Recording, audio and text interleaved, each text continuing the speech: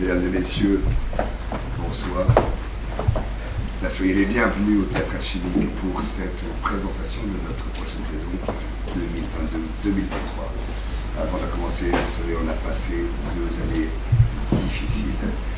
C'est pour ça qu'il n'y a pas eu de présentation de saison l'année passée, celle d'avant également. Et j'ai de nombreux remerciements à faire. Nous avons vraiment été aidés. Je commence bien évidemment par la ville de Carouge et sa conseillère administrative en charge de la culture, Mme Stéphanie Lamar, ainsi que les membres du conseil administratif et du conseil municipal qui nous ont vraiment aidés. Ils ont augmenté notre subvention de 100 000 francs. Voilà, je remercie beaucoup la ville de Carouge pour cela. Je remercie également la ville de Genève et son conseil administratif en charge de la culture, M. Samy Calaran. M. Samy Calaran, depuis 2011, soutient très sérieusement le Théâtre Alchimique et toutes les productions qui se sont faites ici, les compagnies qui se sont produites ici. Il ne nous a jamais abandonnés. Nous sommes à Genève, nous sommes à Carouge, pardon, nous ne sommes pas à Genève. Et voyez-vous, depuis que la LRT, loi sur la répartition des tâches, est entrée en vigueur, eh bien, il n'était pas tenu de continuer à financer le Théâtre Alchimique et il l'a fait. Alors j'ai beaucoup de gratitude pour lui. Et je le remercie profondément. Ainsi que sa collaboratrice, Madame Corée Catou, qui assiste à de nombreux spectacles alchimiques. Merci Corée. Je remercie également l'Association des communes genevoises, et tout particulièrement la commune de Plan-les-Ouates, ainsi que toutes les fondations qui soutiennent financièrement notre théâtre. Voilà, je tiens également à remercier Monsieur Thierry Apotelos, conseiller d'État, et sa collaboratrice Cléa Rédalier. Ils font un très beau travail pour répondre à la demande du peuple. Cette votation qui a passé le 19 mai 2019, je m'en souviens comme si c'était hier, ça fait 3 ans, c'est maintenant à eux que revient la gouvernance de la culture et ils font tout ce qu'ils peuvent pour pouvoir répondre à cette très grosse responsabilité. Voilà, alors je les remercie du fond du cœur. Et je remercie également tout simplement le comité du Théâtre Alchimique. Nous avons passé par des moments vraiment délicats et ils nous ont vraiment beaucoup aidés. Ils sont composés de Isabelle Naville, Philippe Jeanneret et Nicolas Quillen. Ces 3 personnes m'épaulent tout le temps, ils sont à mes côtés et je peux vous dire qu'on a passé par des moments délicats. J'avais vraiment besoin de ces derniers temps, excusez-moi. J'ai la voix un peu cassée. Il y a une semaine, j'avais une extinction de voix, je suis en train de me relever, c'est pour ça que j'ai la voix voilée. Voilà. Je tiens également à vous remercier, vous, mesdames et messieurs, vous les spectateurs, parce que sans vous, on ne serait pas là, je vous le garantis. Sachez que la billetterie fait partie intégrante du budget du Théâtre Alchimique, et c'est grâce à votre fréquentation qui est vraiment fidèle que nous avons pu avoir un financement aussi suffisant qui nous permet de vous offrir les spectacles que je vais vous présenter et que vous avez vu jusqu'à présent. Et je tiens à ce niveau-là à adresser un remerciement tout particulier à nos abonnés, car il y a 2 ans, lors de la première vague Covid et ensuite encore l'été dernier, eh bien, nos abonnés nous ont fait un énorme cadeau. Excusez-moi, je suis un peu trop émotif. Ils nous ont offert le remboursement des places annulées, des spectacles annulés. Et ça nous a apporté un financement extrêmement précieux qui nous a permis de survivre. Et ça, c'est vraiment très très important. Un grand merci à nos abonnés. Ça veut dire qu'à peu près 85% d'entre eux nous ont offert ce remboursement. Et ça, c'est extrêmement important au niveau du chiffre que ça nous a apporté.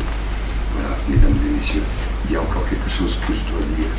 Je remercie bien sûr Robert Nortic qui a réalisé la vidéo que vous venez de voir, le show d'ouverture, c'est lui qui l'a entièrement réalisé. Robert Nortic est un collaborateur de longue date avec qui nous avons fait beaucoup de spectacles ici, beaucoup des projections que vous avez pu voir dans différents spectacles ici viennent de lui. Donc je vous en remercie aussi. Et je finis ces remerciements par les adresser, mais alors de toute mon âme à mon équipe. Vous ne mesurez pas. C'est normal. Le travail acharné qu'ils ont pu faire dans des conditions qui sont extrêmement difficiles pour pouvoir vous recevoir, que vous vous sentiez ici un peu chez vous, pour vous bichonner, mais pas seulement vous, également les artistes, également toute l'équipe. Nous sommes ici une sorte de famille, nous avons une camaraderie et je dois beaucoup à cette camaraderie parce que c'est avec ça qu'on essaie de vous recevoir au mieux. Alors faites-moi plaisir, j'aimerais s'il vous plaît que vous applaudissiez, que vous fassiez beaucoup de bruit pour l'équipe du théâtre chez vous.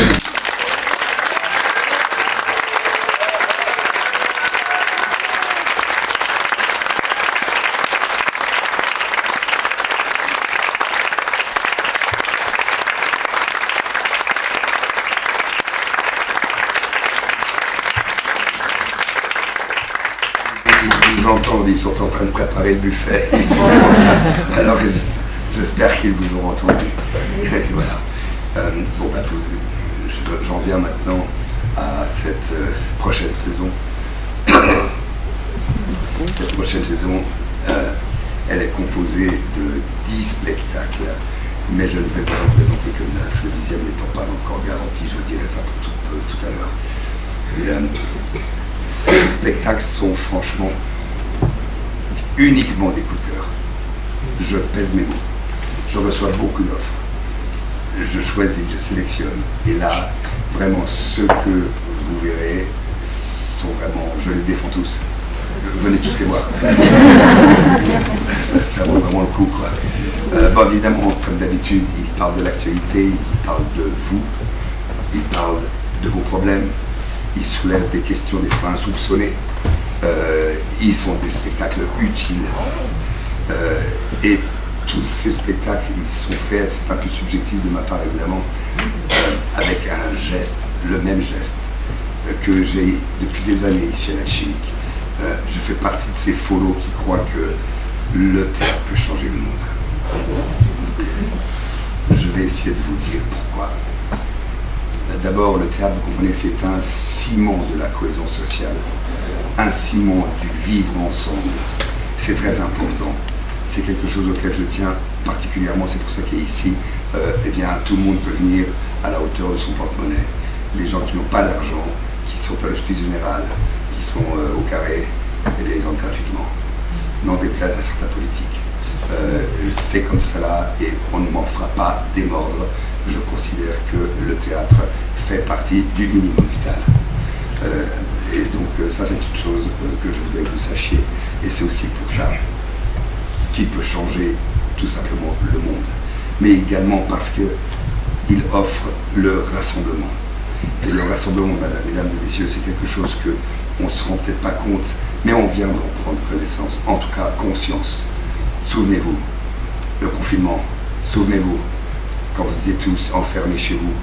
Souvenez-vous, quand tout le monde se ruait aux fenêtres pour aller applaudir les services de santé. Mais il y avait autre chose qu'on faisait. On était rassemblés aux fenêtres. Et ça, c'était très important pour nous tous. Le rassemblement est quelque chose qui est dans l'essence humaine.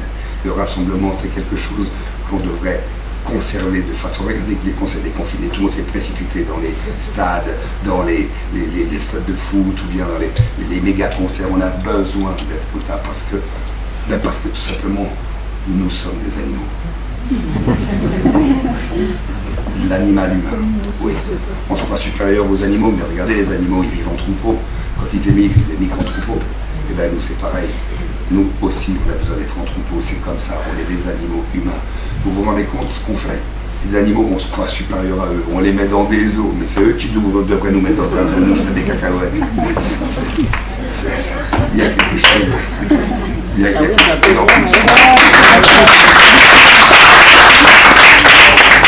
Et puis si on était derrière des cages dans des eaux, on devrait être dans des cages comme ça, vous voyez, avec nous. On se croit tellement fort avec ça, ou avec un iPad, ou avec un ordi, ou je sais encore. Ah ouais, on croit qu'on a fait un monde meilleur. Depuis une vingtaine d'années, il y a juste 280 millions de personnes qui ont demandé l'assistance internationale. Donc il faut croire qu'il y a peut-être un truc qui développe là. Voilà, donc excusez-moi, je ne vais pas faire un discours politique, je ne suis pas là pour ça. Voilà, donc je reviens à l'animal, mais c'est très important parce que c'est avec ça que je travaille. Ben, vous voyez, encore une fois, les animaux, on se croit supérieur, mais attendez, on croit qu'un animal sauvage peut être plus dangereux que nous, que vous et moi. Ah ouais, le léopard, l'éléphant qui vous charge ou je sais pas quoi. Est-ce qu'ils ont inventé la bombe atomique? Voilà, tout est dit. Nous sommes l'animal le plus dangereux qui est sur cette planète. Et j'espère avec ce que je peux programmer ici, arriver à éveiller des consciences pour qu'on puisse faire un petit peu avancer les choses. Et c'est en ce sens qu'on peut faire un petit peu changer le monde. Voilà, c'est ce que je voulais vous dire. Donc je reviens à ce rassemblement qui est le privilège que j'ai moi en tant que directeur de pouvoir créer ici au théâtre.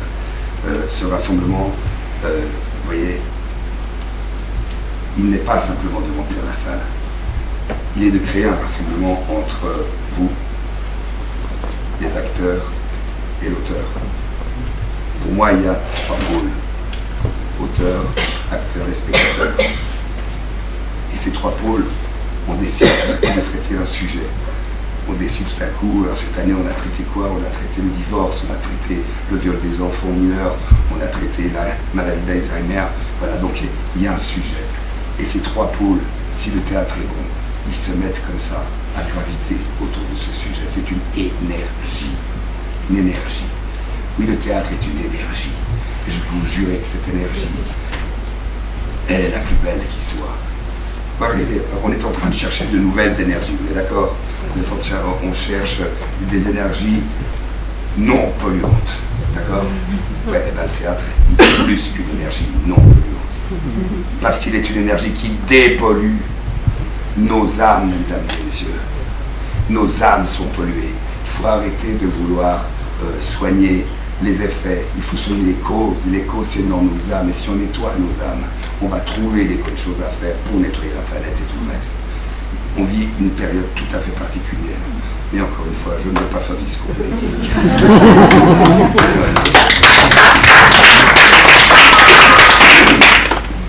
Je reviens à cette histoire de ma manière de penser le théâtre. Ces trois pôles, l'auteur, l'acteur, le spectateur, qui gravitent comme ça autour d'un thème, d'un sujet. Ben, si le spectacle est bon, si ça vous intéresse, qu'est-ce qui va se passer? Vous allez commencer à être très attentif. Et ce courant va commencer à accélérer, il va se faire de plus en plus rapide.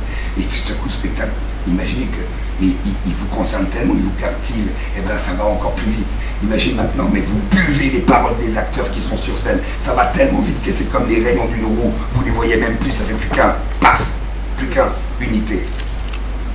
Et ça, c'est ce que je cherche. Parce que cette unité, c'est la communion. C'est ça que je cherche à faire ici. Et ça nous arrive 3-4 fois sur un spectacle qui joue 18 fois. On appelle ça l'état de grâce dans notre métier. C'est ça qu'on cherche tous, je vous garantis. Alors maintenant, on y arrive, on n'y arrive pas. Si vous êtes tombé bien ou moins bien, parce qu'une représentation est moins bien, une autre est meilleure, parce que vous comprenez, ben, que voulez-vous, c'est un art, c'est de l'art vrai, quoi. C'est comme ça. Alors bien. Mais je voulais quand même vous dire que c'est ça la façon avec laquelle on travaille. Et quand il y a cette unité qui se fait, eh bien, il se passe un petit peu le même phénomène que celui de faire l'amour. Oui, c'est vrai que oui, on fait l'amour avec vous, mais c'est platonique, je vous garantis. Voilà, et bien, voyez-vous, moi j'emploie volontairement des artistes que je sélectionne sur un critère très important. J'ai constaté qu'il y a des artistes qui jouent pour donner, d'autres pour recevoir. Eh bien, je n'engage que des artistes qui veulent jouer pour donner. Et c'est pour ça que ça peut créer cette énergie magnifique. Et si on arrive à ce point comme ça, où tout à coup on a l'osmose avec vous, eh bien qu'est-ce qui se passe? Vous sentez quelque chose, même si c'est inconscient, un petit quelque chose où vous vous sentez compris, vous vous sentez en harmonie. Et ça s'appelle tout simplement de l'amour. Eh bien je peux vous dire que voilà pourquoi le théâtre a ce pouvoir de changer le monde. Parce qu'il peut apporter un peu d'amour. Et si vous repartez de ce théâtre avec un petit peu d'amour, ça vous donne envie d'y revenir. Voilà, mesdames et messieurs, ce que je voulais dire. Le théâtre peut sauver le monde. Sauver le monde, je viens de dire. Si on en faisait partout comme ça, moi j'y crois à fond. Même si on peut sauver une petite partie avec une autre et que tous les théâtres ensemble en fait un petit peu, eh bien on pourrait réussir à faire quelque chose de formidable tous ensemble. C'est ce que je voulais vous dire avant de vous présenter cette saison que je vais vous présenter dorénavant. Voilà.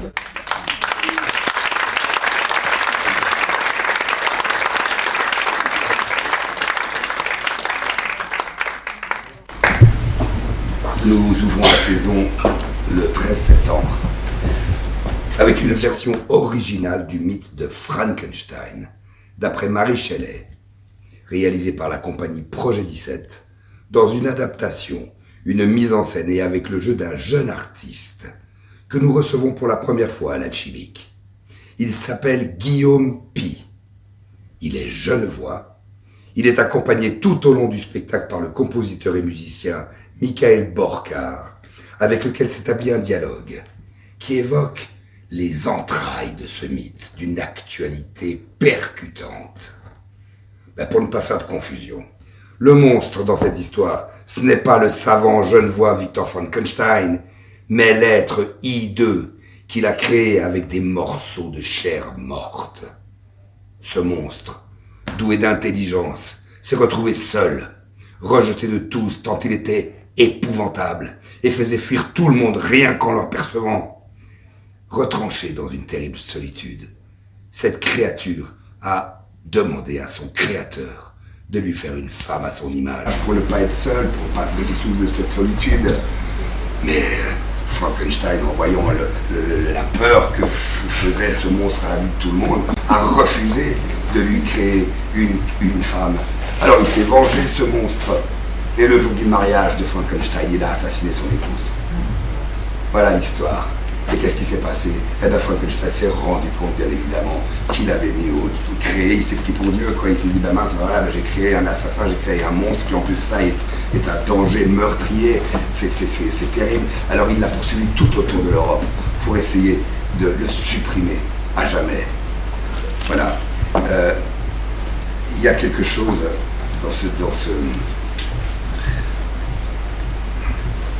dans cette fable qui est d'une actualité troublante, elle date de 200 ans, parce qu'elle est une parfaite allégorie du créateur esclave de sa création, comme nous le sommes de la technologie que nous avons créée et qui a déclenché le problème climatique que nous devons absolument résoudre. C'est une allégorie de cela. Et c'est ce qui m'a énormément touché dans ce projet, c'est pour ça que j'ai voulu le proposer. Sachez que c'est une recréation, je crois que c'est mentionné, oui, c'est une recréation. Parce que tout simplement, ce spectacle, c'est Omar Porras qui m'en a parlé. Guillaume Py, genevois, est allé voir Omar à Lausanne, qui venait le théâtre Gaillarmélo. Et Omar a été tellement touché par ce projet qu'il lui a dit, mais écoute, ma saison elle est faite, je peux pas. Mais je trouve ton spectacle tellement intéressant, je te propose de jouer sur Proscenium, on met un rideau noir à la place du rideau de scène et tu joues sur Proscenium. C'est ce qu'il a fait. Et c'est les images que je vais vous proposer de voir, comme ça vous ferez une idée de ce que c'est. Mais juste avant de les voir, j'aimerais quand même que vous sachiez qu'il s'agit d'une dualité dans ce spectacle. La dualité entre un acteur et un musicien. Imaginez que la musique, elle représente justement cette folie humaine qui veut absolument se prendre pour Dieu, qui veut créer des choses, etc. Puis c'est également cette dualité qui existe entre ce mythe datant de 200 ans et notre actualité d'aujourd'hui. Voilà, écoutez, je vous propose de voir un extrait de ce spectacle sur Proscenium. Donc, il va y avoir une scénographie ici, ça va être différent. Donc ce que vous voyez là, c'est un échantillon de la première version sur Proscenium au théâtre Gaillarmélo.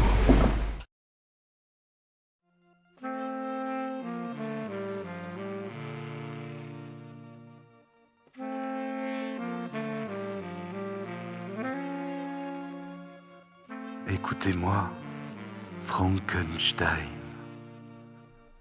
Vous m'accusez d'un meurtre, et cependant, vous détruiriez avec joie votre propre créature. L'éternelle justice de l'homme. Mais convaincu finalement que j'étais bel et bien le monstre qui est devant vous, je fus pénétré du plus profond désespoir. Hélas, je ne connaissais pas encore les funestes effets de cette difformité. Et je vis au milieu de la fenêtre une figure, c'était lui. Un rire affreux agitait le visage du monstre. Il semblait me railler en me montrant de son doigt infernal le corps sans vie de ma femme. J'ai voué au malheur mon créateur, les mains qui m'ont formé. Et cependant la vengeance ne m'a jamais rendu heureux.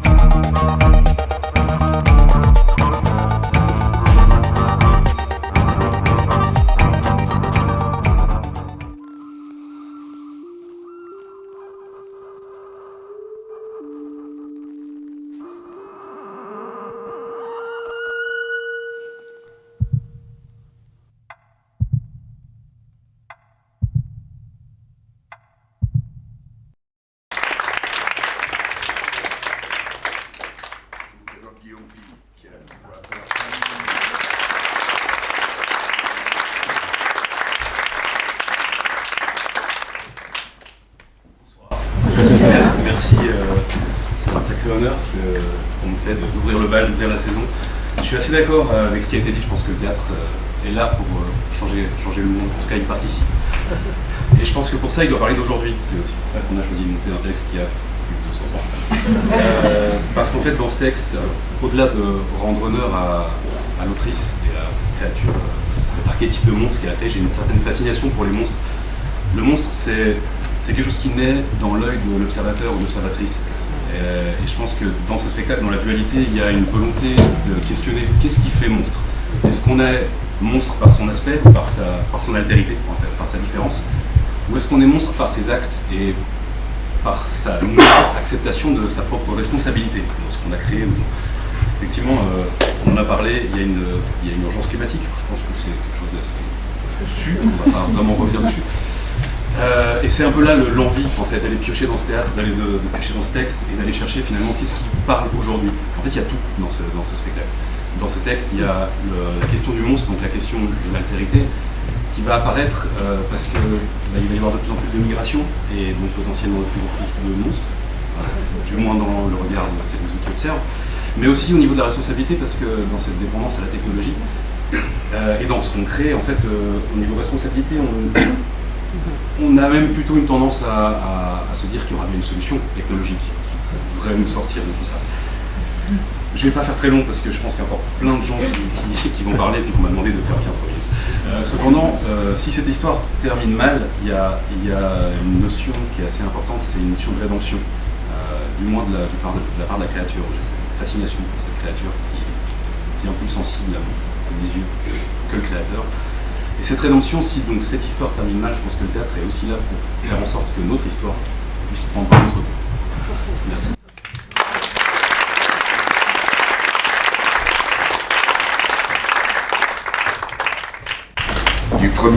Du 7 octobre au 24 octobre, nous accueillons le premier de 3 spectacles sur le thème des migrants qui seront à l'honneur la saison prochaine à l'Alchimique. Il s'agit de Cacao, d'Alexis Bertin, par le collectif POC et la compagnie Pataclown, composée de Fidel Baha et Hyacinthe Zougbo. Pour traiter la question de la guerre, j'ai pensé plutôt traiter la question de ses conséquences, d'où ces 3 spectacles sur les migrants. Le premier en octobre concerne ceux qui sont chez nous, le deuxième à Pâques concerne ceux qui font tout pour venir chez nous, Et le troisième, à la fin juin, n'est pas encore confirmé. Il est dédié à l'Ukraine, en accueillant l'une de leurs compagnies avec un surtitrage en français pour aider les artistes de théâtre ukrainiens à survivre. Le premier de ces 3 spectacles s'intitule Cacao.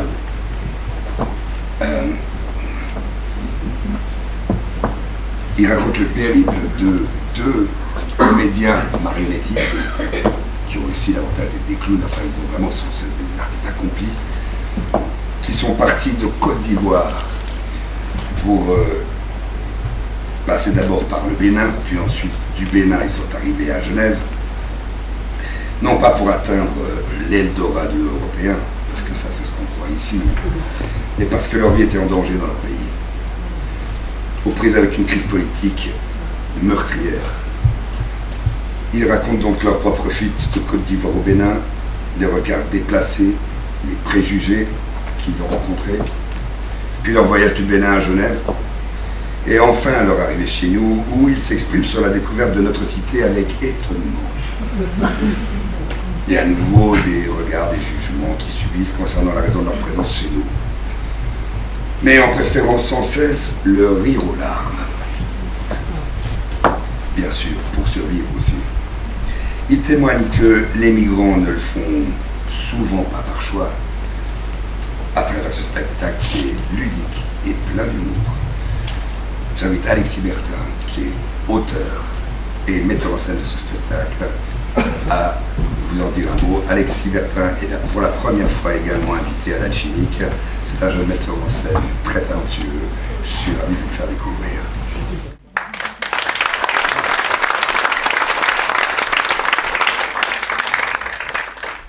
Bonsoir, je suis très content d'être ici aussi. C'était un grand moment d'émotion quand Pierre-Alexandre nous a dit qu'on était programmé ici.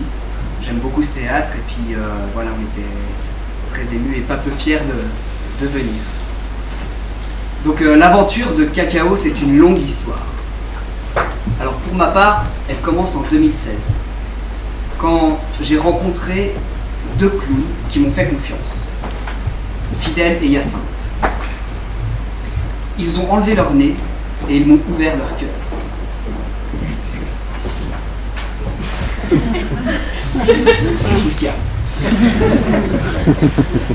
J'entendais souvent parler de la migration depuis notre lointaine Europe, mais alors comme cela, c'était la première fois. Ils mettaient toujours en avant ce qui leur avait permis de survivre, privilégiant ce qui fait la beauté de l'humanité, malgré les affres de la politique et du racisme. La colère, il y en a, et des larmes, on en a eu. Mais on décide de se concentrer sur l'essentiel, l'amitié qui leur a permis de survivre et de rester heureux. Cette amitié démarre en Côte d'Ivoire, alors même que Fidèle est déjà une célébrité, et s'en vante devant Hyacinthe, ce petit monsieur qui l'intrigue. Puis c'est le début d'une longue collaboration. La vie de star, les voyages dans tout le pays et à l'étranger, les concours de danse, l'ambiance dans les boîtes de nuit d'Abidjan, les soirées clandestines, alors même que le gouvernement impose le couvre-feu. Puis, le choc, celui de la guerre civile de 2011, qui les oblige à fuir. Leur récit sur la route m'étonne sans cesse. Je ne sais plus si je dois rire ou être pris d'effroi quand ils me racontent que des soldats ivres les laissent passer après un contrôle. Ou bien lorsque la seule façon de sortir du pays est de traverser une rivière et qu'ils ne savent pas nager. Arrivés au Bénin, ils vivent sur une plage entre les 2 murs d'une maison. Leur salon, c'est le sable de la plage. L'océan, leur toilette. Ils ramassent l'argent par terre, refusent de mentir, utilisent des bouchons de bouteilles plastiques pour recréer des nez de clowns. Et puis enfin, quand ils sont repérés par un directeur de festival béninois, ils redécouvrent le confort d'un vrai lit d'hôtel et d'une bière bien fraîche. Et le public est toujours convié à cette fête. La fête d'une vie qui se reconstruit, petit à petit, grâce aux mains qui se sont tendues vers eux au bon moment. Et parmi ces mains tendues, il y a eu des mains genevoises, jusqu'à leur arrivée dans la cité de Calvin.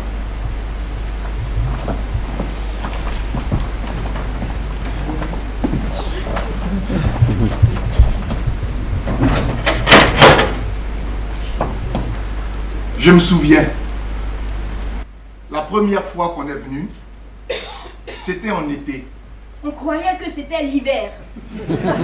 On avait 6 valises remplies, mais aucun vêtement assez chaud pour survivre à votre climat.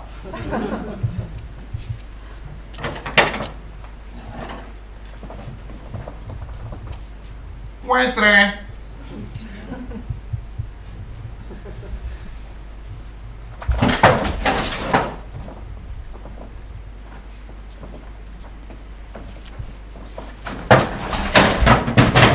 Mais il n'y a personne ici pour porter bagage. Attends, on va prendre ça.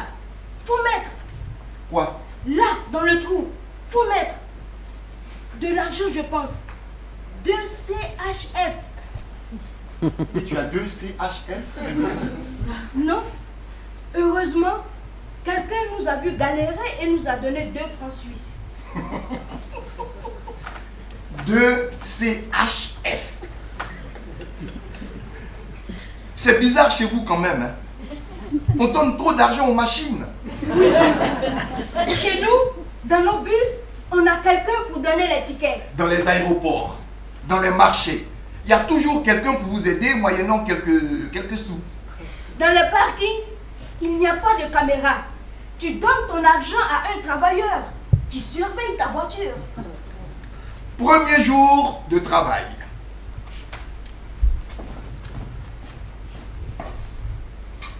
Rendez-vous à 9 h du matin.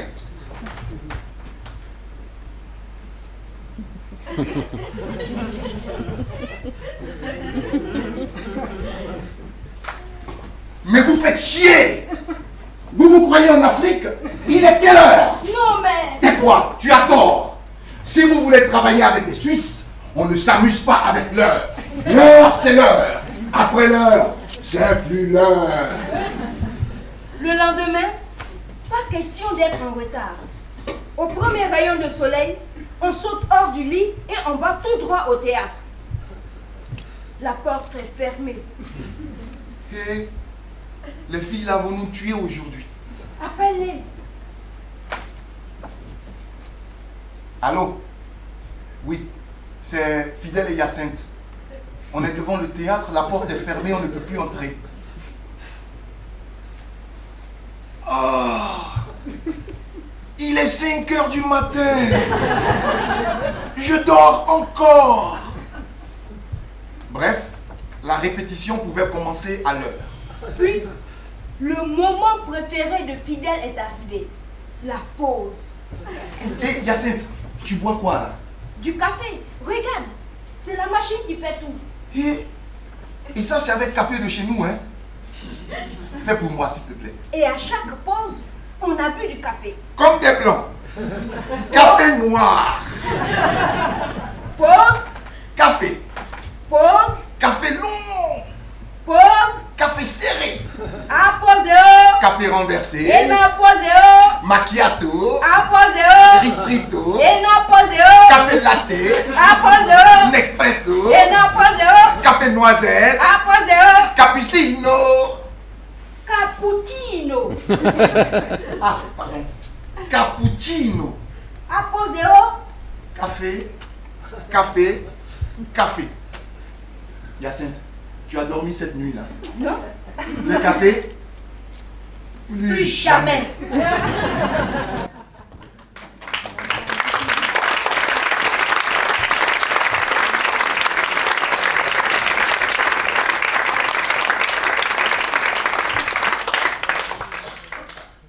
Alors, est-ce qu'une histoire se termine un jour?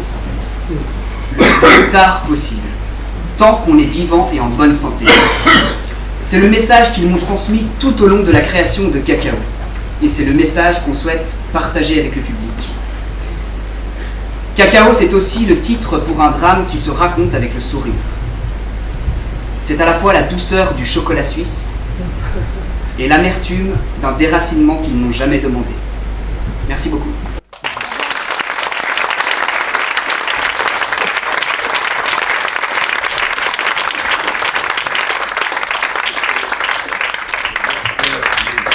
Professionnel, fidèle, bar. Et Hyacinthe Zouko, qui venait de voir se produire là, c'est dans cet extrait du spectacle. Voilà, du 1er au 13 novembre, nous recevons une création dans la foulée des premières représentations qu'il y aura eu au théâtre de Newtonie à Fribourg, qui est coproducteur avec la compagnie Marjolaine Minot de cette nouvelle création qui s'appelle Je suis plusieurs. Elle est signée donc Marjolaine Minot et Günther Baldauf. L'auteur comédienne et metteur en scène, Marjolaine Minot, vous la connaissez. Elle a juste écrit, mis en scène et réalisé, joué aussi 4 spectacles qui ont été autant remarqués les uns que les autres ici et très appréciés à la Chimique. J'aime pas le bonheur, il y a 4 ans. Je suis la femme de ma vie, il y a 3 ans. Hang Up avec la compagnie des Diptyques. Et en octobre dernier, la poésie de l'échec, qu'elle a créée avec la complicité de Günther Baldauf, son collaborateur depuis maintenant 4 ans. Mais pas seulement, puisqu'ils forment dorénavant un couple à la vie comme à la scène. Ils ont une formidable complicité artistique avec laquelle ils ont déjà réalisé 3 spectacles, dont un que vous avez vu ici, dans la poésie de l'échec. Elle est plutôt l'écriture, lui il est plutôt à la mise en scène puisqu'elle joue dans les spectacles. Donc ils reviennent avec cette création qui part à l'exploration de notre monde intérieur, avec l'intention de démontrer que nous ne sommes pas seuls à l'intérieur de nous-mêmes, mais plusieurs. Et bien pour y parvenir, ce spectacle exprime ces différentes parts qui composent notre personne, notre personnalité, qui nous tiraillent, nous conseillent, souvent se contredisent. Et voilà, ce spectacle exprime qu'à force de vivre avec soi-même, on finit par les reconnaître, mais aussi qu'on doit vivre avec toutes. Cependant, il livre un message qui, moi, m'a touché. Et c'est pour ça que j'ai vraiment mordu dans ce spectacle, qui est un spectacle assez compliqué. Regardez le monde qu'il y a dans la distribution. Eh bien, j'ai décidé de leur faire confiance. C'est pas le meilleur marché des spectacles, vous pouvez peut-être l'imaginer. Pourquoi moi j'ai tenu absolument à cet investissement?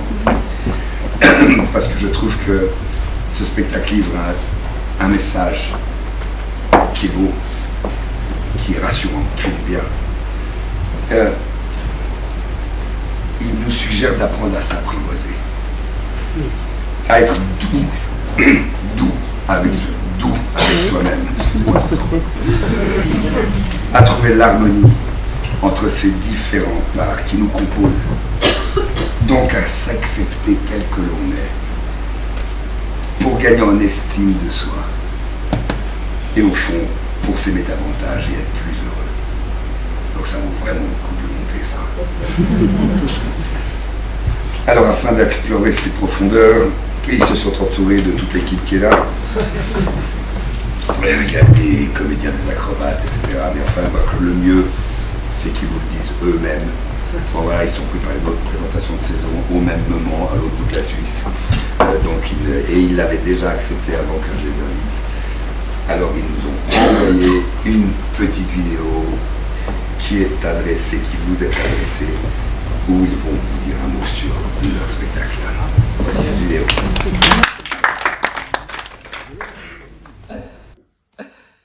Salut! Bonjour. Merci Pierre-Alexandre pour cette introduction, Qu'on n'a pas entendu, mais qu'on sait que tu as faite. c'est sûrement super bien. On est désolé de ne pas être là en vrai. On s'était engagé sur une autre présentation de saison et du coup, voilà. Mais on a fait quand même cette petite vidéo pour être un peu avec vous ce soir. Et on est tout content de venir présenter cette année notre nouvelle création Je suis plusieurs, qui est une pièce de théâtre et mouvement sur les différentes parts de la personnalité. Nous, on était là en octobre dernier au Théâtre Alchimique avec la Poésie de l'échec, et c'était un spectacle sur les non-dits dans un contexte familial. Et c'est vrai que cette fois-ci, on avait envie d'entrer littéralement au cœur de la personnalité pour en éclairer les différentes parts.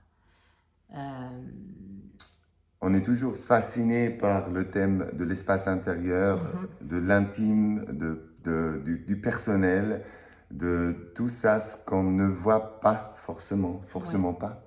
Et comment... Non, c'était bien qu'on ne voit pas forcément. Ouais. Et comment mettre en scène cet espace intérieur, cet espace intime, c'est vrai que ça nous fascine beaucoup. Ça nous... Et là, en l'occurrence, en travaillant sur ce nouveau projet « Je suis plusieurs », c'est vrai que nous, on part du principe enfin pas du principe, mais on pense qu'on n'est pas seul à l'intérieur de nous-mêmes. Qu'on ait plusieurs voix, des voix qui nous parlent, plusieurs parts qui sont là, qui nous accompagnent, qui nous conseillent, qui nous disent une chose, une autre, qui nous tiraillent, qui nous amènent dans un sens, puis dans un autre. Puis voilà, c'est pas toujours en harmonie et ces parts sont parfois se querellent et nous confondent un peu. Et ça se dit, nous confondre, ouais, qui nous rendent confus. Qu'on se sent un peu stressé, qu'on n'est pas clair, qu'on ne sait pas quoi dire, quand on est un peu perdu, tout ça, ça fait partie. Voilà, puis c'est vrai qu'il y a dans ces parts, il y a des parts qu'on aime bien, il y a des parts qu'on connaît bien aussi, qu'on adore, il y en a qu'on déteste, il y en a qu'on chasse puis qui reviennent toujours à la charge. Et on doit faire avec toutes ces parts, qu'on les aime ou qu'on les aime pas. On a ce lot qui est notre histoire, qui est ce qui fait ce qu'on est nous. Et c'est ça qu'on avait envie de mettre en scène. Et... Pour pouvoir faire ça, on a choisi 8 acteurs. Grosse équipe. Oui, une grosse équipe. Il y a des acteurs et des danseurs, il y a des acrobates, il y a de tout. Acteurs physiques, ouais. Acteurs physiques, on dit ça. Ouais. Et on a un musicien live qui accompagne tout ça. Voilà, puis l'idée, c'est qu'il y ait une protagoniste et puis autour d'elle, 7 parts de sa personnalité. Et voilà, comment tout ça, ça va se jouer, comme si on rentre à l'intérieur de quelqu'un et qu'on va voir un peu cette mini-société, comment ça se passe, quoi. Et donc, voilà, on vous dit... C'est ça, venez. Début novembre, on est tout contents, on adore ce projet, on est hyper enthousiaste. On est là-dedans. Voilà. Donc, on est heureux de vous présenter ce travail en début novembre au Théâtre Alchimique. Ciao. Salut, alors. ciao. Du 29 novembre au 18 décembre, nous coproduisons une création dont le titre est Modestina, crime, champagne et découpage, de Rebecca Bonvin. Vous la connaissiez, elle a fait déjà Irina, toujours rayonnante ici, elle a été la reine Garçon aussi, spectacle qui vient de se jouer sous son titre La reine Garçon, parce que nous c'était Christina de Gurkin. Il vient de se jouer au Théâtre du Passage avec une standing ovation à la fin. C'est donc pour revenir à Modestina, crime, champagne et découpage de Rebecca Bonvin, cette collection collective. C'est quelque chose de très original, un objet très original, parce qu'il est fait de théâtre de papier et d'objets, que font Rebecca Bonvin et Sandra Tripette sous la direction de la metteuse en scène Alexandra Vuillet, nous avons l'honneur de recevoir cette metteuse en scène, excusez-moi, parce que suivant les termes, des fois, on préfère metteuse en scène, metteur en scène. C'est une création dans laquelle on assiste à des collages et découpages en tout genre. Il s'agit d'une parodie comique sur la dictature, de nouveau l'actualité, mais plutôt que d'en pleurer, parce qu'on en pleure assez à la télé. Eh bien, on va essayer d'en rire. Et elle nous raconte l'histoire abracadabrante d'un personnage haut en couleur, Modestina. Modestina, ex-première et dernière dame d'un dictateur, une femme dénuée de culpabilité, remplie d'extrêmes et de grandes conquêtes, qui vit exilée, retirée du monde, où, tel le phénix, elle veut essayer de renaître de ses cendres, bien sûr, mais d'un bourbier délirant, dans lequel se mélange manipulation, mauvaise foi, crime, discours envoûtant et tout ce qu'on ne peut pas imaginer, avec un humour grinçant et drôle, pour offrir un regard sans jugement, ni bon sentiment, et pointer ses travers de nos humanités afin de pouvoir en rire sans faire de victime. Ouais. Ce spectacle, avec chansons, peur, surprise, doute, passion, violence et cha-cha-cha, questionne le monde dans lequel on vit et surtout quelle est notre place dans tout cela. Mais ce n'est que du théâtre, de papier ou pas. La création musicale et l'atmosphère sonore sont de Stéphane Mayer, la scénographie de Gaspard Bosch. J'invite la metteuse en scène Alexandra Vuillet, l'actrice et productrice Rebecca Bonvin ainsi que sa collaboratrice Sandy Tripet à venir sur scène nous dire un mot sur leur spectacle.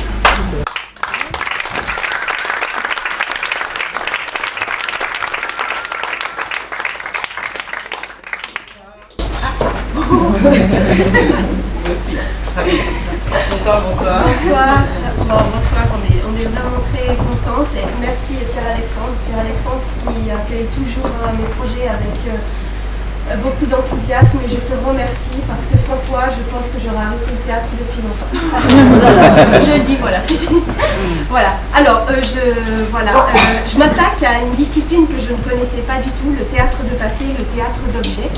L'année passée, j'ai eu la chance de faire partie du cabaret en chantier qui est organisé par le TNG, par Isabelle Mater.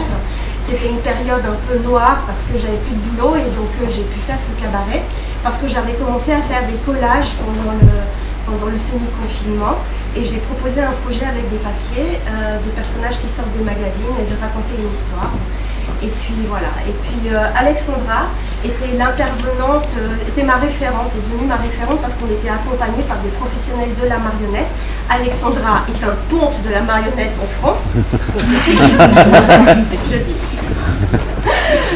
Pardon, excuse-moi. Et puis voilà, et puis c'était ma référente. Et puis on a vraiment, j'ai découvert une personne qui rentrait complètement dans mon univers, qui me disait pas Rebecca c'est trop.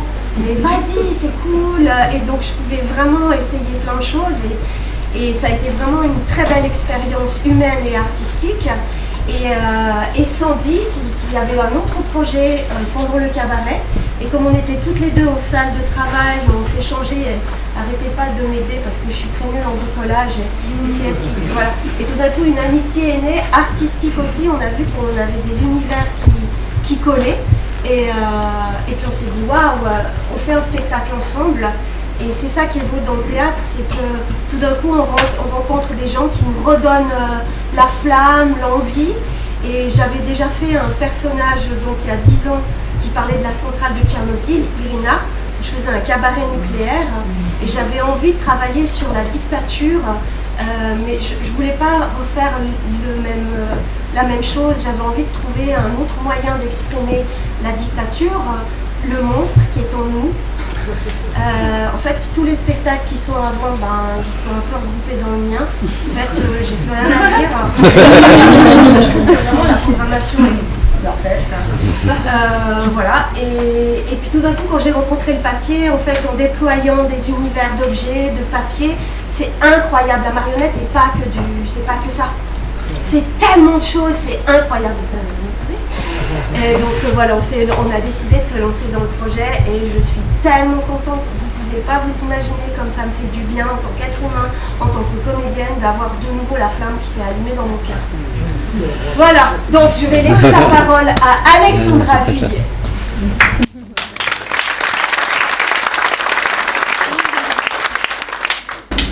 Bonsoir à toutes et à tous. Alors effectivement, avec Modestina, on va parler de l'animal le plus dangereux et de ses travers et voilà, aller visiter les entrailles de l'humanité dans ce qu'elle a de plus terrible. Et en même temps, nous, nos énergies, c'est le décalage, le burlesque et le rire. Voilà, c'est nos énergies renouvelables et ressourçantes. Et pour ce faire, c'est vrai que c'était une rencontre très forte en fait, qu'il y a eu l'année dernière grâce à ce dispositif des cabarets en chantier au théâtre de la Marionnette de Genève, qui nous a permis de rencontrer nos univers où le côté très clownesque, burlesque du jeu théâtral que Rebecca amenait en frottement avec le théâtre de papier. Donc le théâtre de papier, je ne sais pas si vous connaissez ce que c'est vraiment ces silhouettes de papier qu'on met debout et qu'on anime. Voilà. Et dans ce jeu de comment ce personnage vient convoquer son passé au présent, donc on est chez elle et elle nous convoque par des petites scènes et des micro-fictions qu'elle fait naître comme ça. Elle reconvoque le passé, elle les revisite devant nous et on ne sait plus très bien si c'est vrai, si c'est pas vrai, et voilà, peut-être que c'est bien de ne pas le savoir et de laisser même le mystère. Et en tout cas, la technique de manipulation était très adaptée à ce propos-là, et du coup pour venir servir la dramaturgie de cette histoire. Donc grand merci au Théâtre Alchimique, le Théâtre des Marionnettes de Genève aussi qui nous accueille en résidence, et ce spectacle, on est en train de construire aussi une tournée en France pour la saison 23-24, on sera également en résidence à l'automne en Île-de-France. Et je passe la parole à Sandy pour les questions d'esthétique et de l'univers plastique qu'elle va créer, des instruments et des outils marionnettiques pour venir servir Modestie là. Alors effectivement, moi j'ai plus grand chose à dire parce que en fait vous avez déjà un peu tout dit, mais l'univers plastique sera résolument vintage. On va travailler sur des grandes silhouettes, des petites silhouettes découpées dans du papier, du carton, du bois, ça c'est très grand, et qui seront extraits de magazines vintage.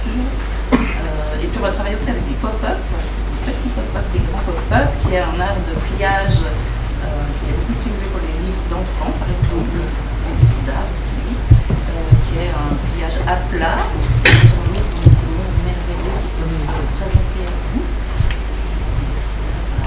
Montrer ces objets. Plus fort, on entend plus fort.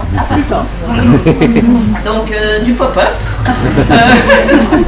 Et des objets aussi, vintage, on va jouer sur plusieurs plans, sur plusieurs échelles. Voilà. Est-ce que je peux ajouter ? Oui, je peux encore dire quelque chose. En fait, Sandy, elle est sur le plateau avec moi. On est les deux en fait. C'est une manipulatrice qui raconte qui fait aussi de la manipulation. Et elle sera aussi en ninja, elle sera aussi là, pour manipuler, parce qu'il y a plein d'objets qui vont exister sur le plateau, on doit la voir, on ne va pas la voir. Il y aura beaucoup de musique, parce que j'adore la musique, c'est Stéphane qui fait la musique, il a déjà travaillé avec moi sur Ritna, il est génial. Il y a Gaspard qui va s'occuper de mettre beaucoup de magie aussi, parce qu'il va y avoir des feux d'artifice.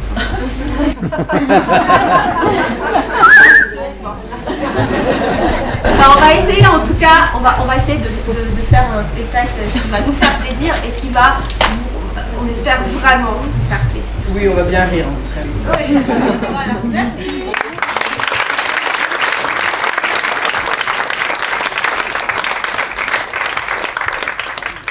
19 janvier au 8 février, nous coproduisons la création Jacobi et Leidenthal de Hanok Levin, dans une mise en scène de Dylan Ferreux. Cette création est une comédie à l'humour ravageur, jouée sous masque, avec des passages chantés, accompagnés au piano dans un style cabaret.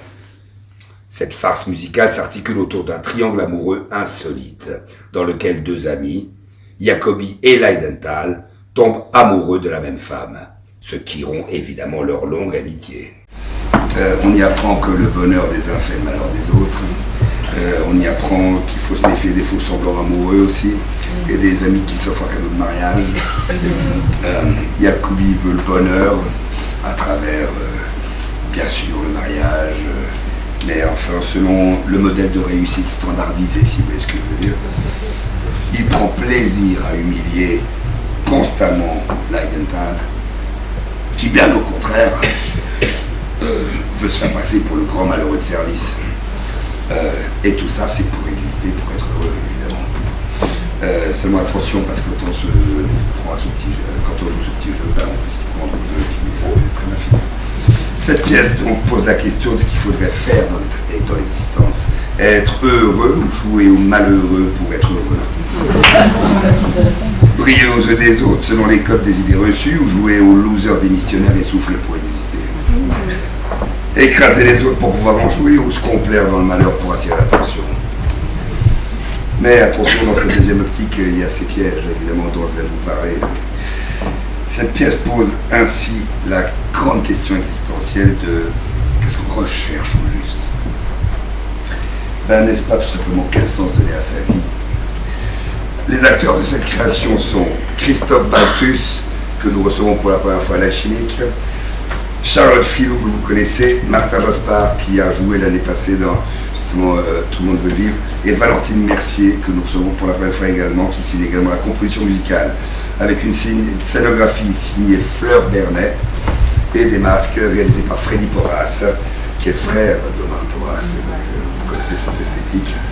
Mais voilà, Dylan Ferro est en ce moment à Paris, il est genevois, il est déjà en carrière internationale, c'est nous qui l'avons lancé ici.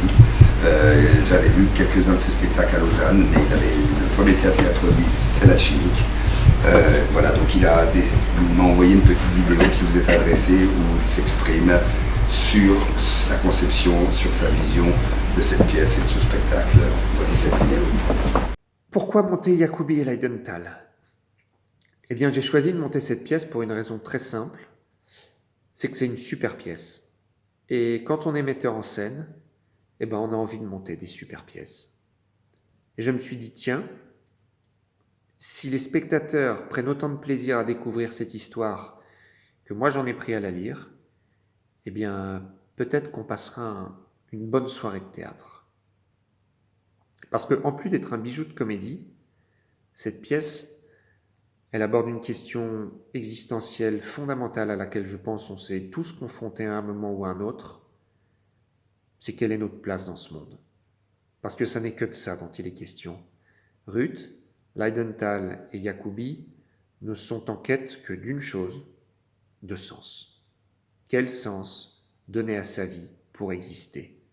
Et le but ultime de chacun de ces personnages, c'est le bonheur, comme pour beaucoup d'entre nous, je crois.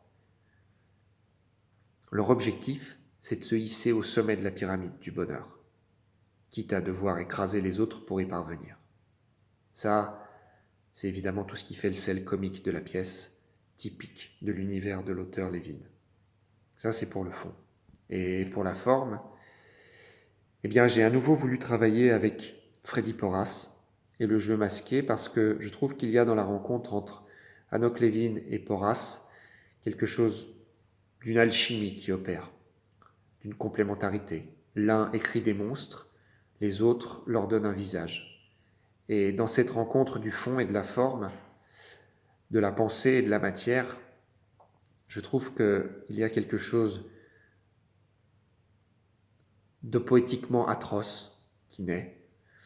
Les personnages qui ressortent de cette alchimie sont affreusement touchants, ignobles et poétiques à la fois. Et c'est ce qui m'intéresse, parce que je crois que dans l'œuvre de Levin,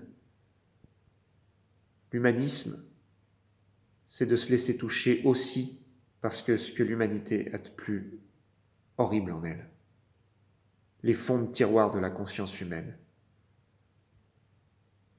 C'est ce que j'essaye de faire avec cette deuxième pièce, montrer que l'être humain peut aussi être attachant par ses plus bas côtés, parce que s'émerveiller de ce que l'homme a de plus beau et l'aimer pour ça, c'est à la portée de tout le monde.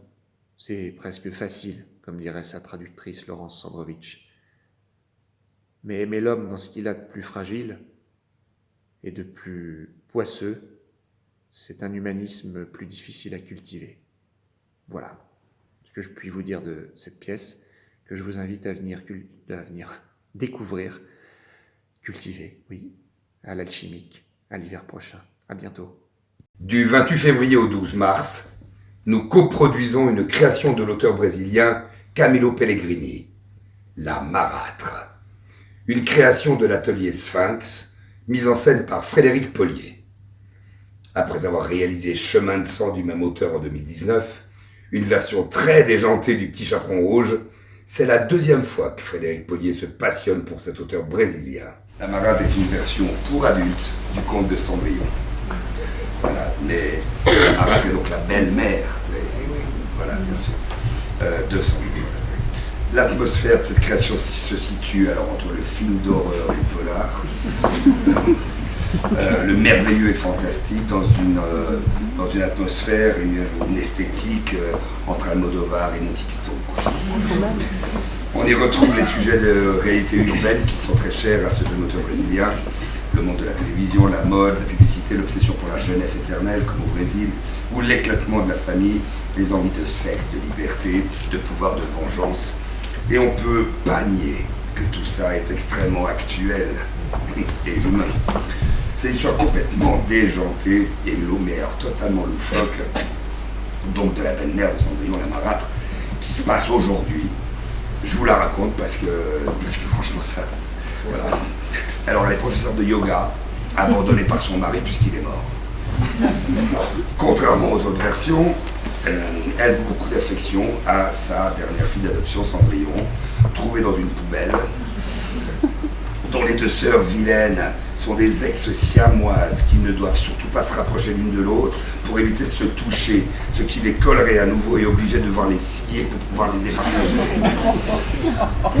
Mais dans cette version, Cendrillon ne cesse absolument pas faire passer deux vilaines sœurs. Elle les menace souvent de dévoiler leur cachette où se trouvent tous leurs jouets érotiques. Un jour, la marâtre leur annonce qu'ils sont ruinés. Elles sont ruinées. À ce moment arrive une invitation pour aller au bal organisé pour les 21 ans du fils du gouverneur, afin de dénicher une belle fille capable de s'occuper d'une maison respectable et qui a de bonnes hanches pour pouvoir accoucher. La famille se rend au bal, mais Cendrillon, qui n'est pas de leur milieu social, doit rester pour exécuter les tâches ménagères. Elle se retrouve seule, elle brise maladroitement un vase, d'où sort une fée, qui est en fait sa mère, et qui en fait lui annonce qu'elle a été assassinée par sa sœur, la marâtre, et donc Cendrillon est bel et bien du même milieu social que ses sœurs, et qu'elle est bel et bien, elle pourrait être invitée au bal. Alors évidemment, la mère, la fée, la lui dit de partir au bal, et au bal, les choses se passent de façon très spéciale. Parce que le prince ne s'intéresse absolument pas aux méchantes sœurs, mais à leur mère, la marâtre. Il a 21 ans, hein. Qui fait tout pour le séduire au grand dam de ses filles. C'est sans compter sur l'arrivée de Cendrillon que sa mère l'a fait donc envoyer. Et ça va tout chambouler. Car dès qu'il le voit, le prince jette son dévolu sur cette Cendrillon. La suite, vous la connaissez, sauf qu'elle est racontée de façon tout aussi farfelue, et ça prendrait trop de temps de vous la raconter. Cendrillon qui croyait évidemment ne pas pouvoir épouser le prince, c'est possible qu'elle le fasse évidemment. Et tout ça termine par le malheur de cette marâtre qui finira sa vie accompagnée du fantôme de sa sœur. Voilà, j'invite le metteur en scène, Frédéric Follier, à me rejoindre sur scène pour vous dire un mot sur son spectacle.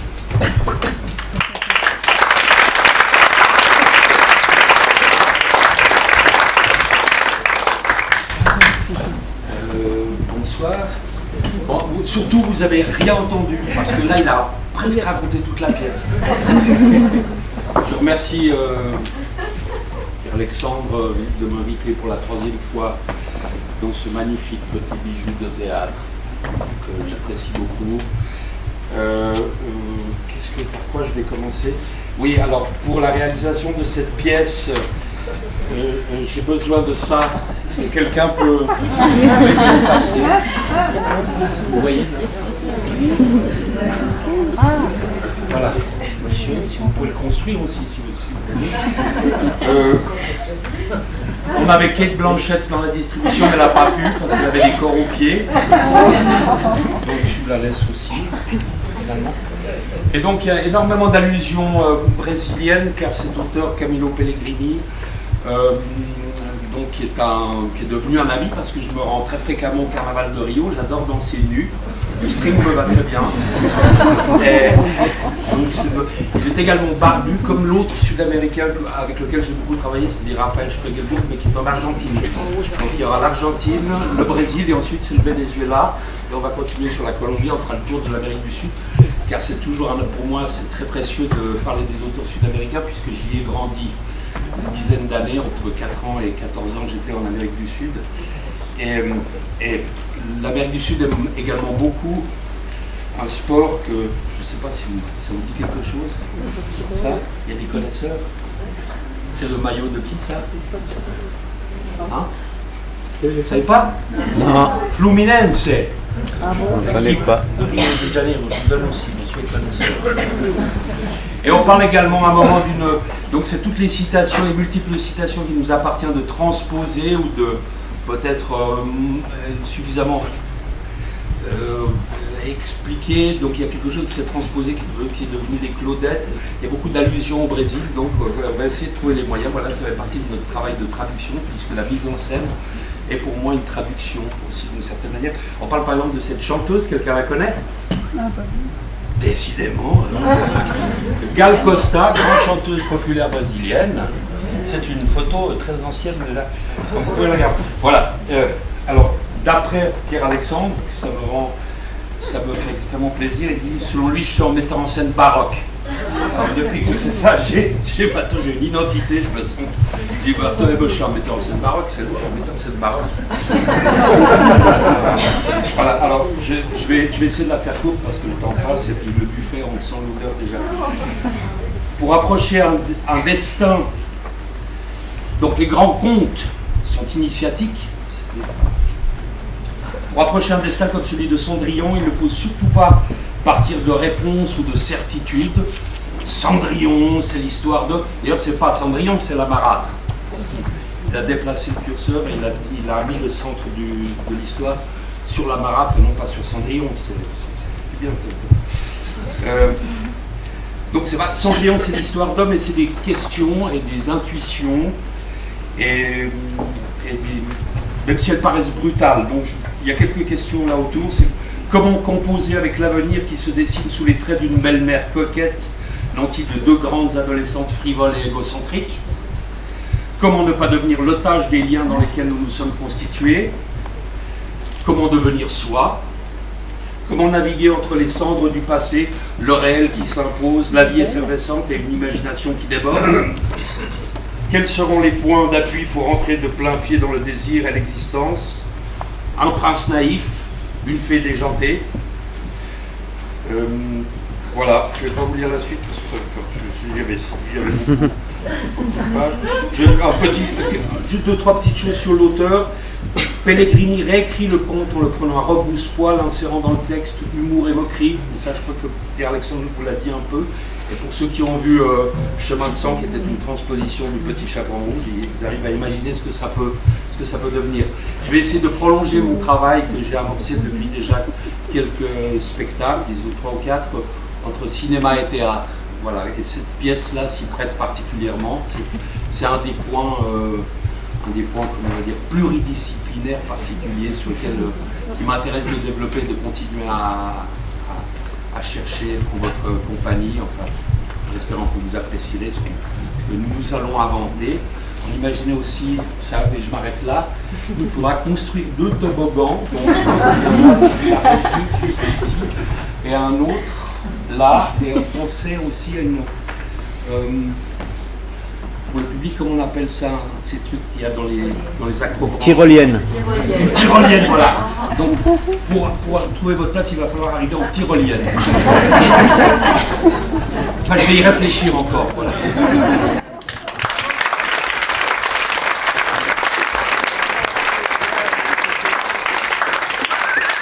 Du 21 mars au 5 avril, nous accueillons Coloratour de Stéphane Temperley, adapté en français par Stéphane Laporte, ovationné au Festival d'Avignon en 2012, puis à Paris et en tournée. Ce spectacle joué et chanté raconte la carrière de la cantatrice qui a servi de modèle à Hergé pour sa célèbre Castafiore dans les aventures de Tintin. Cette pièce a fait l'événement comique sur les scènes du monde entier, avant d'être portée à l'écran dans une production hollywoodienne. Elle a aussi touché le public en plein cœur, car elle véhicule un message qui est une leçon d'amour universelle. C'est l'histoire d'une chanteuse, si on peut réellement l'appeler comme telle, qui a vraiment existé dans les années 60 et qui était littéralement incapable d'émettre une seule note juste tellement elle chantait faux. Imaginez que cette cantatrice ne se rendait pas du tout compte que son succès ne provenait pas de la beauté de sa voix, mais des éclats de rire que provoquaient ses prestations, tout comme ses costumes de scène extravagants qui sortaient droit de son imagination. Alors le public se précipitait pour mourir de rire en l'écoutant. Et grâce à ce phénomène unique au monde, elle remplissait les plus grandes salles jusqu'au célèbre Carnegie Hall de New York, qui compte juste 2800 places. Cette chanteuse s'appelait Miss Foster Jenkins. Elle était une riche héritière, passionnée par le chant, au point de s'être tout simplement improvisée soprano coloratour, sans avoir le moindre sens du rythme ni de la musique, mais totalement convaincue d'avoir l'oreille absolue. Ainsi, elle a littéralement massacré les plus grands airs d'opéra. Ce spectacle, plein d'humanité, nous invite à partager le destin à la fois hilarant et bouleversant de cette personne pour le moins atypique et de son vertueux pianiste qui l'a supporté pendant 12 ans. Agnès Bove, qui interprète le rôle titre de cette comédie musicale, est une vraie chanteuse lyrique qui chante juste. Alors le plus dur pour elle, c'est de devoir chanter faux comme son personnage, mais c'est moins dur que pour les voisins de sa chambre d'hôtel quand elle voyage en tournée, qui doivent l'entendre tous les jours vocaliser à travers les murs comme une vraie casserole et pendant des heures. Bref, nous ne savons pas encore dans quel hôtel la loger. Elle est accompagnée au piano par l'acteur et musicien Gregory Baquet. Alors, si vous ne le connaissez pas, il est quand même le fils du célèbre violoncelliste Maurice Baquet. Et il n'est pas moins célèbre, enfin il va pas l'être parce qu'il est déjà très connu, il a juste décroché le Molière du meilleur espoir masculin en 2014. Donc c'est un certain privilège pour nous de recevoir une distribution et des artistes de cette qualité. Je vous propose maintenant de voir un extrait de ce spectacle en vidéo.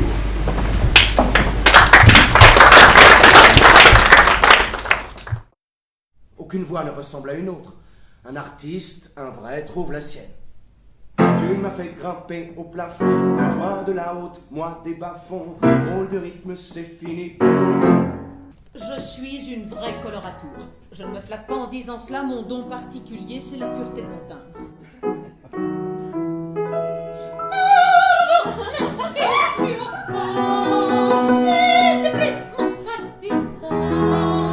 Quand on chante un petit refrain de Broadway devant Monsieur Ravel. Alors les gens me demandaient tout le temps, mais comment elle fait? Ils auraient mieux fait de me demander comment moi je faisais. Avez-vous l'oreille absolue, Monsieur McMoon? Vous l'avez, l'oreille Absolue? Oh oui.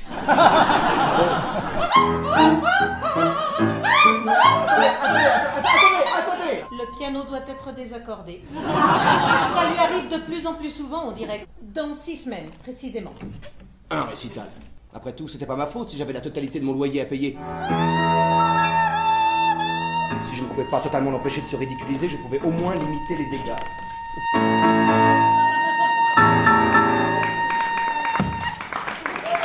Nous allons ajouter 2 récitals à celui prévu actuellement. 2? Bon, d'accord, 3. Mais pas un de plus. Ce qui compte par-dessus tout, c'est ce que l'on a.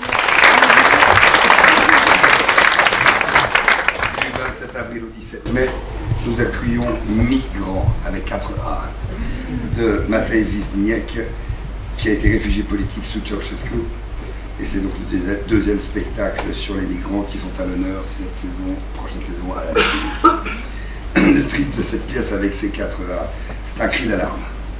Pour ces millions de personnes qui fuient leur pays en quête d'une vie meilleure, qui se retrouvent pour celles qui arrivent à destination dans des pays européens arrêtés à certaines frontières par des barbelés ou entassés dans des champs, dans des camps insalubres. Je ne vous apprends rien, je sais. Devant ces afflux de réfugiés, l'Europe a paniqué en fermant beaucoup de frontières avec la tentation de renier ses propres valeurs en matière de droits de l'homme ou de libre circulation pour arrêter ces millions d'exilés. Qu'est-ce qu'on est? Bien en Suisse, vous me direz, nous on est gâtés. Ce spectacle nous raconte cette migration, ces drames, ces larmes, cette fuite vers une illusion. Dans ce texte, nous assistons à leur naufrage, dans tous les sens du terme, à leur désenchantement dans ces camps où ils restent plusieurs mois en attendant leur sort. à tous ces profiteurs qui s'enrichissent sur le dos de leur misère humaine, à la vente de leurs organes pour survivre, à ces exploiteurs de femmes et d'enfants, ou à ces drames en mer Méditerranée, qui est devenu le plus grand cimetière à ciel ouvert du monde. Dès lors, comment parler de ces migrants désespérés pendant que leur tragédie se prolonge? Eh bien, peut-être par le théâtre, ça rejoint ce que je disais en introduction. La mise en scène est signée Thierry Piguet, qui s'est entouré de 14 acteurs parmi lesquels participent quelques très bons professionnels, dont Antonio Bouil, que vous connaissez certainement, qui était ici, qui a fait lui-même le prix d'ouverture, ainsi que interprété également par de réels migrants qui sont en formation théâtrale et qui ont vécu ces drames, qui ont traversé la Méditerranée, qui ont fait ça. Ils seront sur scène, ici, devant vous. Donc ils seront 14. Et voici quelques images de ce spectacle en vidéo. Il y a un petit moment où la prise de son n'est pas géniale, tendez l'oreille, mais le spectacle en soi, vous n'aurez aucun problème à le comprendre, je vous garantis. Voilà, c'est juste un petit moment de prise de son qui n'est pas génial. Voilà. Donc je vous propose de voir un extrait d'abord de ce spectacle en vidéo. Voilà.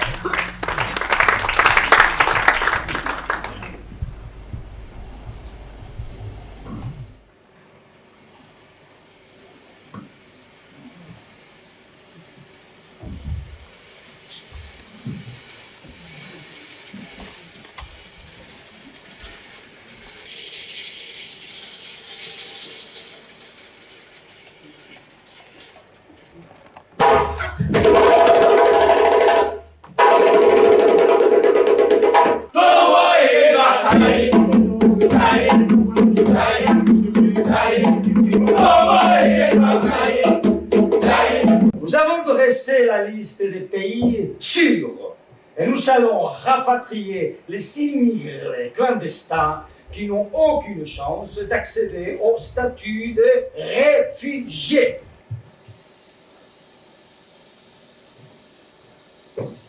Demain, vous allez fouler la terre de l'Europe, d'accord? Hein, vous allez voir à quoi ressemblent vos rêves. Et ceux qui ne savent pas nager les là. Hein?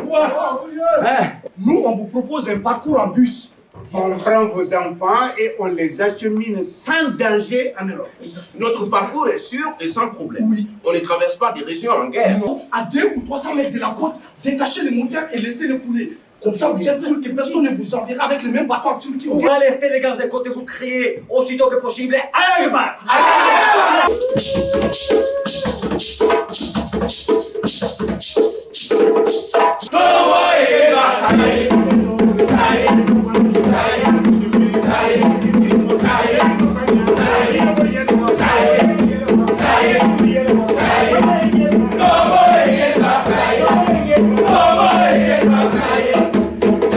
Vous et nous sommes dans le même bateau.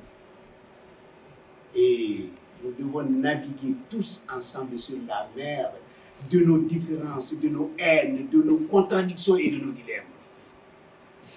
Et il n'est pas normal d'installer des barbelés sur un bateau.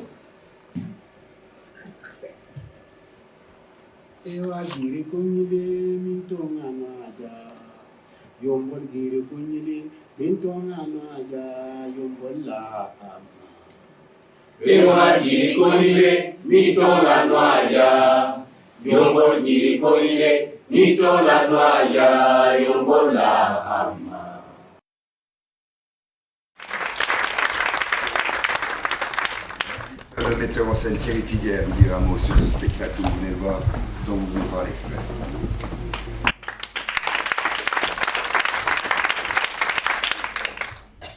Bonsoir. J'ai découvert ce texte migrant il y a 4 ans. J'étais au Festival d'Avignon, je jouais dans une pièce. Et puis, comme souvent ça arrive, on découvre par hasard, toujours des choses, des textes migrants à la librairie théâtrale. Et ça m'a fait un trou au cœur. C'est une pièce forte de cet auteur Matej Wiśniak qui a écrit une trentaine de pièces, qui est un des auteurs les plus joués au Festival d'Avignon, qui est joué dans une trentaine de pays. Donc, comme l'a dit Pierre-Alexandre, il est Il est réfugié roumain sous l'ère de Ceausescu et il a écrit cette pièce à partir des événements de 2015 où il y a eu un flux migratoire assez conséquent et malheureusement beaucoup de pertes de bateaux conservés, etc. dans ce qu'on a pu voir.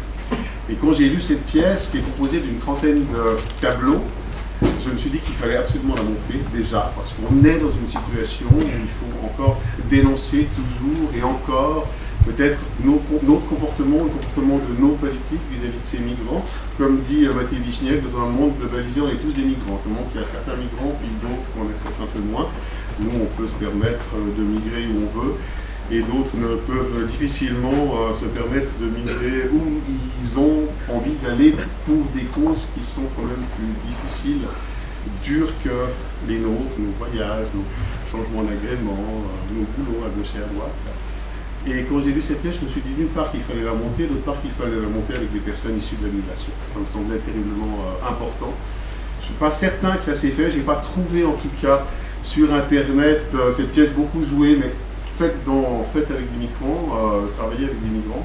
Alors j'ai d'abord sur Genève été discuter, choisir, travailler avec des professionnels migrants, peut-être à plus long terme. C'est le cas d'Antonio Guil, là, qui vient d'Espagne, qui a aussi migré à un moment donné. C'est le cas de Soufiane, qui vient d'Algérie, d'Aziz Ouadrago, qui est chorégraphe de cette comédien et chorégraphe de ce spectacle, et qui vient du Burkina, Saïdou Saré, Doudou, celui qui danse là, super bien, à torse nu, il fait vraiment des choses absolument magnifiques, et qui vient aussi, je crois, du Burkina. Et puis ce groupe de personnes issues de la migration qui ont toutes et tous un parcours professionnel dans le théâtre ou artistique, déniché grâce à toutes les associations qui s'occupent des migrants ici. On a passé presque une année dans un atelier théâtre que j'ai créé l'année dernière, je dis presque parce qu'il s'est ouvert au mois de mai avec du Covid. Et puis à partir de janvier, on a travaillé cette pièce pour la jouer une première fois à la Traverse, maison de quartier des Taquis, au mois de mars. Alors ils viennent d'Érythrée, ils viennent du Mali, ils viennent du Burkina aussi, ils viennent du Sénégal, ils viennent d'Iran, ils viennent du Brésil, d'Équateur, de Colombie. Ils ont tous un parcours, et quand ils sont sur scène, c'est leur parcours qu'ils amènent, c'est leur cheminement, ce sont leurs préoccupations, c'est ce qu'ils ont vécu, ce sont leurs doutes, leurs espoirs d'arriver dans une Europe qui devait être accueillante en se retrouvant pour beaucoup coincés dans des centres d'accueil en Grèce ou ailleurs. C'est ce risque qu'ils ont pris pour traverser la Méditerranée, pour venir depuis des pays plus au centre de l'Afrique, et déjà arrivé comme ces deux jeunes filles qui me racontaient que leurs parents sont partis déjà, elles venaient d'Érythrée, elles venaient passer par la Somalie, etc., dans des bus un peu minables, voyager de nuit. Elles étaient deux jeunes filles, il n'y avait que des mecs. Et donc il fallait quand même oser, faire attention, et elles savaient très bien que si la police les prenait, elles allaient directement en prison, elles retournent dans leur pays, et que le voyage s'arrêtait là. Je pensais aussi à Farzad, qui est iranien, qui était comédien, acteur dans son pays, il a pas mal tourné. Et il est arrivé l'année dernière en Suisse, donc il parlait pas français, c'était un peu compliqué. Le nom de Google, pour une fois, nous a un peu aidé, et qui nous racontait aussi ce parcours comme ça, à pied, en bus, etc., jusqu'à Istanbul, où on l'a gracieusement offert le Club Med chez Erdogan, payé par l'Union européenne, et il disait qu'il s'était enfui plusieurs fois, et il me dit, moi, marchez, stop, police, Istanbul. Moi, marcher. Stop, police, Istanbul. Moi, marcher. stop. Il allait chaque fois plus loin quand il nous expliquait ça. Il a recommencé un nombre de fois incroyable. Et à la fin, je lui dis, bon, ok, t'es arrivé en Suisse, mais à un moment donné, t'as fait comment pour arriver en Suisse? Il a dit, marcher. Istanbul, frontière suisse, en marchant. Alors quand on a des gens comme ça sur scène, qui sont là pour d'abord pour faire partie d'un monde du spectacle, mais qui amènent aussi toutes leurs émotions, tout leur parcours, toute leur sensibilité, ça donne un spectacle. Je pense que, je sais pas, j'ai dû monter une trentaine de spectacles et je pense que c'est le plus fort que j'ai pu monter le spectacle. Tellement ces gens-là sont généreux, donnent et donnent tout. Donc 14 personnes, 13 migrants, une personne n'est pas migrante. Je l'ai fait venir depuis le Mali, c'est Amadoun Kassegué. Amadoun Kassegué, c'est un des plus grands comédiens du Mali, connu dans toute l'Europe de l'Ouest. Il est aussi connu dans toute l'Afrique de l'Ouest. Il est aussi connu en Afrique de l'Ouest, qu'on pourrait connaître Depardieu ici. Celui que vous avez vu à la fin, par exemple, quand il dit on est tous dans le même bateau et il n'y a pas de barbelés sur les bateaux. Il va revenir donc l'année prochaine, c'est juste une merveille.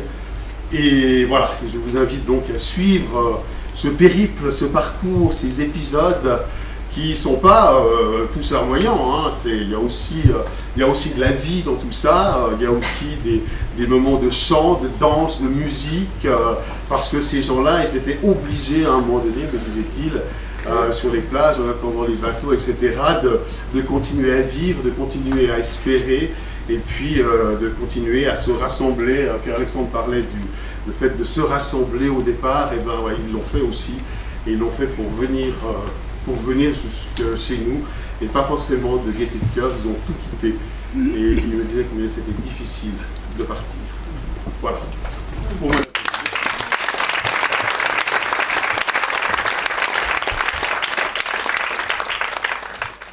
Du 1er au 11 juin, nous reprenons Tout le monde veut vivre. T'as notre ligne, car comme pour le fils, comme je l'ai dit tout à l'heure, nous avons le fils qu'on a repris le mois dernier. Il y aura de même pour Tout le monde veut vivre, que nous n'avons plus joué que devant les demi-salles à cause des restrictions de la pandémie. Voilà, c'est une femme comique d'une absurdité jouissive. Alors c'est un grand succès, donc je vous invite évidemment à le voir parce que c'est à l'heure sûre. Elle nous livre un tableau de la condition humaine à travers une intrigue qui est féroce et drôle en même temps. Ça se passe dans un monde imaginaire qui pourrait s'apparenter à une sorte de bande dessinée, quoi. Ouais, le comte Posna, petit seigneur sans grandeur d'un royaume sans moutarde, reçoit la visite de l'ange de la mort, qui vient lui annoncer sa fin dans 3 jours, sauf s'il trouve quelqu'un pour mourir à sa place. Mais cela n'affole pas ce monarque, qui se croit tant aimé par sa cour et son peuple, qu'il garantit à l'ange d'avoir plein de sujets et de candidats pour le remplacer. Et c'est là que ses problèmes commencent. Il a beau solliciter tous ses suivants, ses amis, ses parents, il a beau leur offrir une fortune pour le remplacer, que même les paysans ou ses plus fidèles serviteurs refusent de mourir à sa place.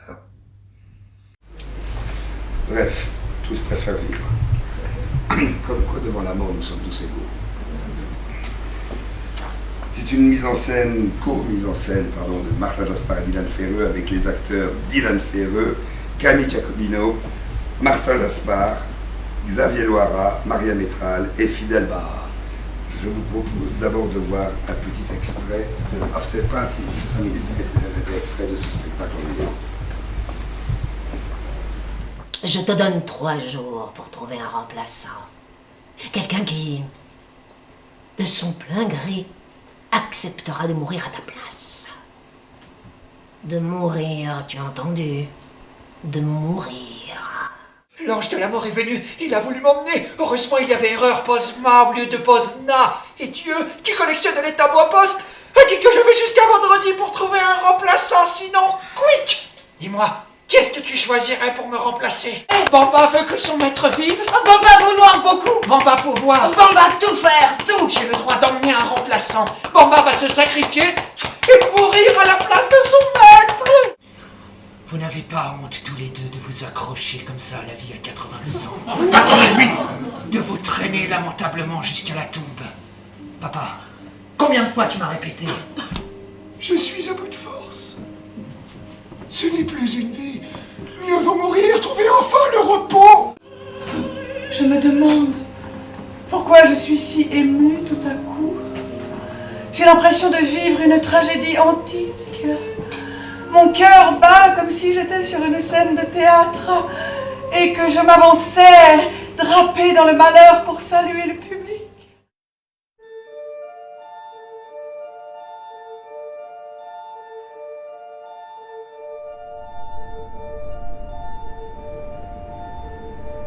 Pourquoi tu vivrais? Pourquoi les autres vivraient et pas moi? On rira sans moi, on s'embrassera sans moi. Le soleil brillera et moi, je serai dans le noir. Le monde n'a été créé que pour moi. Dieu ne vous a placé là que pour agrémenter ma vie. Vous n'êtes que des ornements. Alors, à quoi servez-vous si je m'en vais?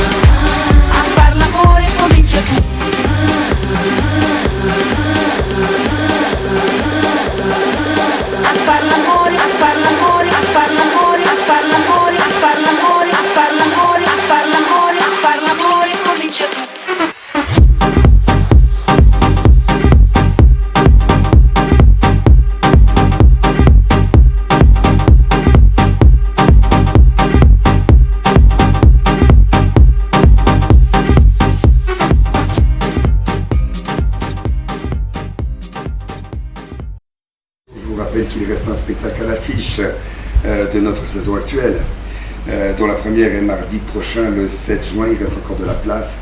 C'est Album de famille, une pièce jouée et chantée qui en est juste à plus de sa 800e représentation, de quoi remplir un stade de 300 000 places. Ce spectacle a fait un tabac partout où il a passé. Omar Porras me l'avait conseillé, je l'ai vu, c'est vraiment formidable. Écoutez, je crois que le mieux c'est de venir vous détendre ici à la Chalique pour cette fin de saison, avec ce spectacle plein d'émotions où on passe vraiment, on part des rires aux larmes. C'est l'histoire donc d'une famille sur 3 générations, en révélant ses non-dits, ses secrets, qui ressemblent étrangement aux nôtres. C'est aussi une valeur sûre, un spectacle à pas rater. En voici quelques extraits en vidéo ainsi que des commentaires du public parce qu'il est né au Festival d'Avignon, où vous entendrez le public dans les rues du festival qui s'exprime sur ce spectacle.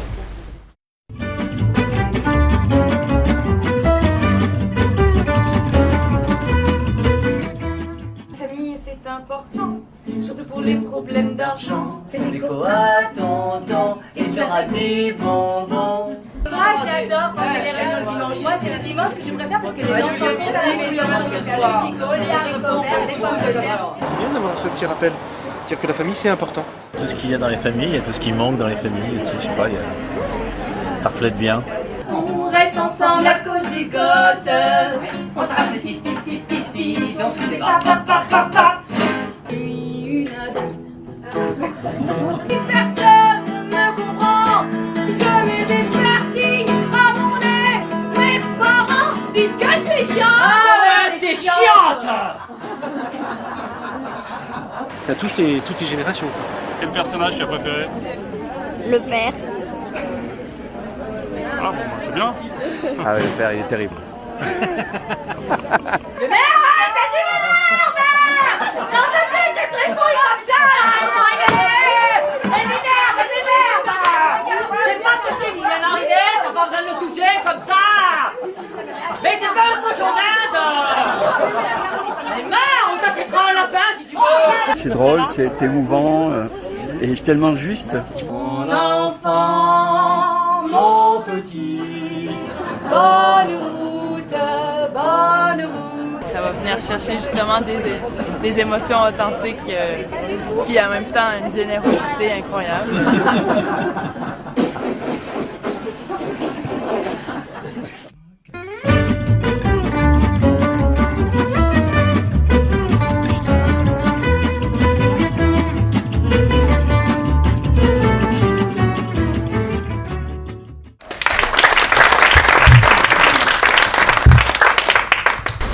Donc le dernier spectacle, je ne peux pas encore vous le confirmer, j'attends des réponses d'un théâtre en Allemagne qui est en train de regrouper tous les théâtres par la terre, et on est 2000 à essayer d'accueillir les artistes ukrainiens pour leur permettre de survivre. Et voilà, il y aura sur pied, et je termine cette présentation en formant publiquement un vœu qui nous tient fortement à cœur à toute l'équipe de l'Alchimique.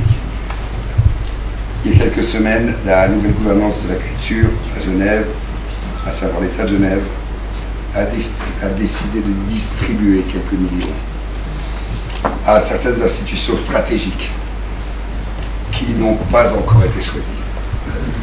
Et mon vœu le plus cher, c'est que l'Alchimique ait fourni suffisamment de preuves pour que nous soyons aidés par l'État de Genève. Nous ramons depuis 17 ans, mesdames et messieurs. J'espère vraiment que nous ferons partie des théâtres élus pour pouvoir bénéficier de meilleures conditions de travail. Voilà, maintenant, nous allons tous vous accueillir dans le foyer pour partager avec les artistes et toute l'équipe du théâtre un verre. Il y a un buffet qui nous attend. Je vous remercie d'être venus assister à cette...